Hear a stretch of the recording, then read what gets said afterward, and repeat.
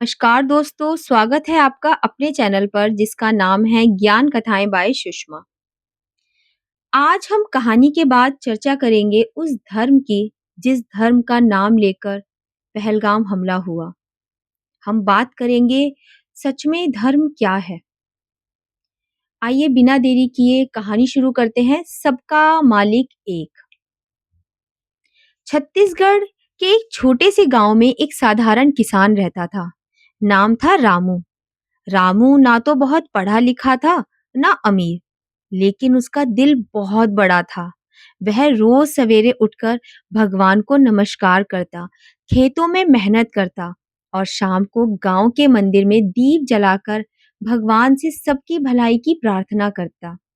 रामू की एक खासियत थी, वह किसी भी धर्म, जाति या मजहब में फर्क नहीं करता था। जब मस्जिद में अजान होती, वह सिर झुका लेता। जब गिरजाघर में घंटी बजती, वह मुस्कुराकर आमीन कहता। लोग उसे कभी हिंदू, कभी मुस्लिम, कभी सिख, तो कभी ईसाई समझते, मगर वह हमेशा कहता, सबका मालिक एक। गांव में कुछ लोग ऐसे भी थे जिन्हें यह बात बहुत खटकती थी। एक दिन गांव के पुजारी, मौलवी और पादरी ने मिलकर उसे बुलाया। उन्होंने कहा, रामू, तुम मंदिर में भी आते हो, मस्जिद में भी और चर्च में भी। तुम आखिर किस धर्म के हो? रामू मुस्कुराया और बोला, मैं इंसानियत के धर्म को मानता हूँ। मैं तो बस यह जानता हूँ कि सबका मालिक एक है। उसे कोई अल्लाह कहे, कोई भगवान, कोई गॉड, वह सबकी सुनता है। पुजारी ने कहा, परंतु नियम और परंपराएं तो अलग अलग हैं। रामू ने सिर झुकाया और बोला, जी हाँ, नियम अलग हैं, पर मूल भाव तो सबका एक ही है, प्रेम, दया और सेवा। वह दिन था और आज का दिन गांव में रामू की बात फैल गई। कुछ लोग उसकी बातों से प्रभावित हुए, कुछ ने उसे सनकी कहा, लेकिन रामू ना बदला। वह हर शुक्रवार को मस्जिद के बाहर पानी का प्याऊ लगाता, रविवार को चर्च के बाहर भूखों को खाना बांटता और मंदिर में साफ सफाई करता। एक बार गांव में भारी सूखा पड़ा। पानी की कमी से लोग परेशान थे। मंदिर, मस्जिद, चर्च, सब जगह लोग दुआ मांग रहे थे, पर बारिश नहीं हो रही थी। गांव के बड़े बूढ़े इकट्ठा हुए और बोले, हमें मिलकर एक साथ प्रार्थना करनी चाहिए। रामू ने सुझाव दिया, हम सब धर्म के लोग गांव के मैदान में इकट्ठा हों और एक साथ ईश्वर से प्रार्थना करें, बिना किसी भेदभाव के। शुरू में लोग हिचकिचाए, पर अंततः गांव का पूरा समुदाय एक जगह इकट्ठा हुआ। किसी ने आरती गाई, किसी ने नमाज पढ़ी, किसी ने भजन गाया और किसी ने प्रेयर की।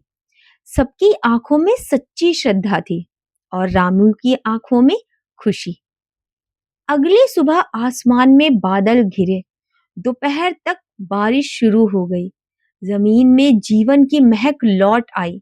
गांव वालों ने महसूस किया कि एकता में ही सच्ची शक्ति है।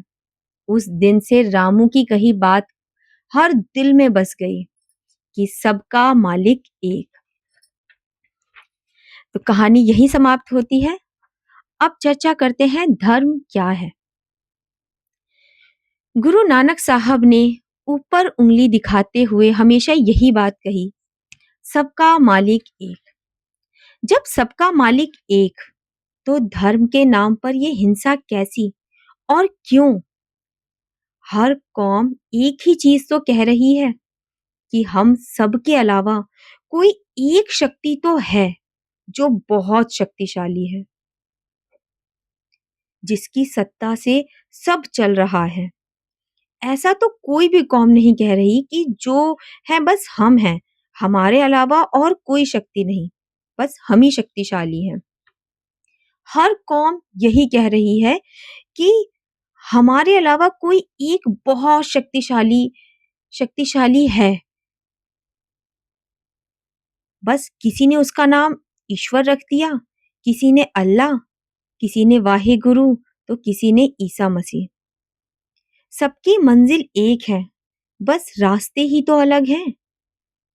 अगर सच में भगवान, अल्लाह, ईसा मसीह, वाहे गुरु सब अलग हैं, तो कुछ तो अपने बनाए लोगों पर अलग से चिन्ह लगाते, कुछ तो अलग पहचान बनाते कि ये अल्लाह के बनाए हुए लोग हैं, ये भगवान के, ये वाहे गुरु के और ये ईसा मसीह के।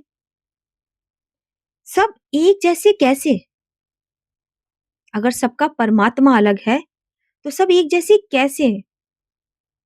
सबके लिए सूरज एक, चंदा एक, आसमान एक, हवा सबको एक जैसी मिलती है, गर्मी सबको एक जैसी लगती है, दुख का एहसास एक जैसा, अपने बच्चों के लिए माँ की ममता एक जैसी, लेकिन परमात्मा सबका अलग। क्या ऐसा संभव है कि ऊपर आसमान में चार हिस्से हैं, एक भगवान का, एक अल्लाह का, एक वाहे गुरु का और एक ईसा मसीह का? कौन सी किताब में लिखा है कि जान लेने से अल्लाह खुश होंगे? धर्म के नाम पर लोगों की जान लेकर अल्लाह कभी खुश नहीं हो सकते, बल्कि चाहे अल्लाह हो, भगवान हो, वाहे गुरु हो या ईसा मसीह, उसी इंसान से खुश होते हैं जो नेक है, सच्चा है, ईमानदार है, लोगों की मदद करता है, हर इंसान में उस एक शक्ति का दर्शन करता है। आप सभी ने गुरु नानक साहब की एक कहानी तो अवश्य सुनी होगी।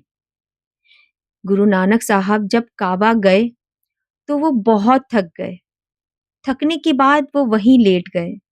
उनके पैर काबा की तरफ थे। वहां झाड़ू लगाते समय वहां के कर्मचारी ने कहा, दिखाई नहीं देता यहाँ काबा है, यहाँ पैर करके लेटे हो? गुरु नानक साहब ने कहा, गलती हो गई भाई, बहुत थका हुआ हूं इसलिए देखा नहीं, जहां काबा ना हो वहां मेरे पैर कर दे। उस कर्मचारी ने जब गुरु नानक साहब के पैर जब गुरु नानक साहब के पैर उठाए, जिस तरफ उसने गुरु नानक साहब के पैरों को किया, उस तरफ उसे काबा के दर्शन हुए। फिर वह हाथ जोड़कर उनके पैरों में गिरकर बोला, आप कौन हैं? तब गुरु नानक साहब ने एक ही बात कही, सबका मालिक एक। गुरु नानक साहब तो अल्लाह के नहीं थे, तो ऐसा चमत्कार क्यों हुआ?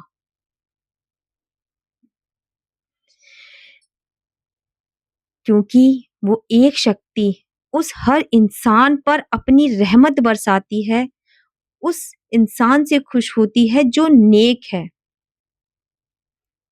तो कृपया हर इंसान सुख शांति से रहना चाहता है, तो कृपया सुख शांति से जिए और सभी को जीने दें। आशा करती हूँ आज की कहानी आपको पसंद आई होगी। अगर कहानी पसंद आई हो तो कहानी को लाइक करें, चैनल को सब्सक्राइब करें और इसे ज़्यादा से ज़्यादा लोगों के साथ शेयर करें। जल्द ही मिलती हूँ एक नई कहानी के साथ। धन्यवाद।